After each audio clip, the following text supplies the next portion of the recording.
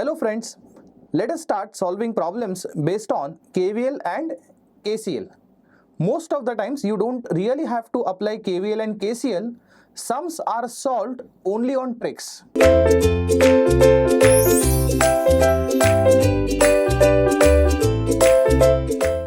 Let us start with problem number 1. As you can see on your screen, they are asking you the current I4 in the circuit and the figure given to adjacent to this.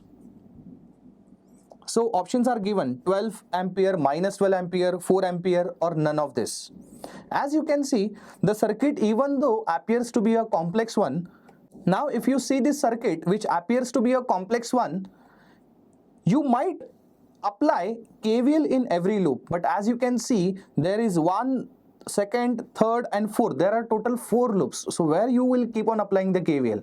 As I said, you really don't have to apply KVL and KCL sometimes. Sometimes problems are really solved only on tricks or only on by observations. Let us begin. They are asking you this I4 current and multiple currents are given, which is 7 ampere, 5 ampere, 3 ampere and so on. Here 4 ampere is given.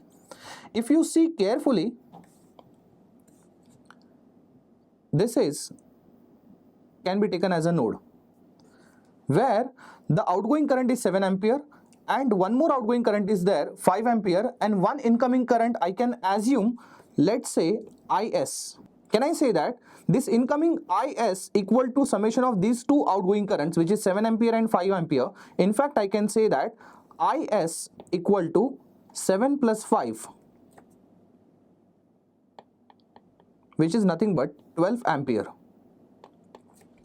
What is meant by this is, in this branch, this current is 12 ampere. But as you can see, what they are asking you is I4 current. Now within the same branch, two currents cannot flow. There is only one current. But as you can see, IS and I4 belongs to the same branch but having opposite direction. So now I can conclude from this that I4 should also be the same current, but in this direction it can be treated as minus 12 ampere. So in this case, I4 should be minus 12 ampere. So option number B is the correct option. So let us start with problem number 2. Let us begin with problem number 2. The problem number 2 is appeared on the screen.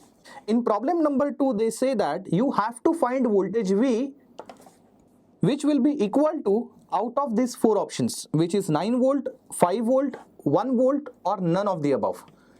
Let us solve the problem. So in this problem, 5 volt is given, voltage across this source is 4 volt, voltage across this source which is 4 volt, and then plus minus V. We know the fact that voltage across parallel circuit is always same.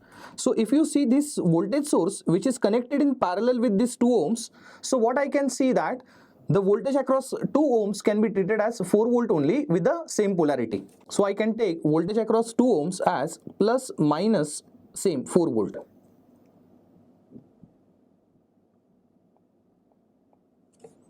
Now if you start applying KVL, you will see that only one voltage is unknown which is asked, that is voltage across 3 ohms. So by KVL, what I get is, we will start with this 3 ohms. So negative to positive, I can say it is positive V. Then negative to positive, I can say plus 5. Positive to negative, I can say minus 4. And positive to negative, I will say minus 4, which is equal to 0. So if you solve this, you will get the value of V according to the polarity given should be equal to 3 volt. If you observe the option, none of them shows 3 volt. So what is the correct option? Option number D, which says none of the above. So let us begin with problem number 3. In problem number 3, they are asking you the value of V in the given figure with 4 options. Option number A is 9 volt, option number B is minus 3 volt, option number C 5 volt, and option number D says none of the above. Let us start with this problem. So as you can see, the current source given, which is 2 ampere, will naturally source 2 ampere current. Therefore, I can get voltage drop across this resistor by Ohm's law, which is 4 volt. And now student can apply KVL here in this clockwise direction. We will see what happens when you apply KVL in such problems. So when you start KVL in clockwise direction, you will get positive V, then voltage across 2 ohms is -4, and voltage across this voltage source which is -5 equal to 0. So when you solve this equation, you will end up in getting the value of V as 9 volt, which is 100% option number A. But let me tell you, the way in which we have solved this problem and we got 9 volt, which is one of the option, is absolutely wrong. What is the reason? Think about it. You can see we have applied KVL, and while applying KVL we says that summation of voltages equal to 0 in a closed loop equal to 0. What KVL says is summation of all the voltages in a closed loop equal to 0. While applying KVL, you have considered this V. Then you have considered this 2 ohms resistance. You have considered this voltage source also. But while applying KVL, we have ignored this 2 ampere current source. Let us assume there is some voltage across current source which is Vx. So the problem is that this Vx in this problem is not given. Since it is not given, we will be unable to calculate this V value. And that is the reason why the value of V we cannot define, because voltage across current source is not given. Please remember that even though it is whatever kind of source, whether it is voltage source or current source, there will be definitely some voltage across the given source. So whenever there is a current source, we generally avoid applying KVL there, because voltage across current source, if given, then we can definitely apply KVL.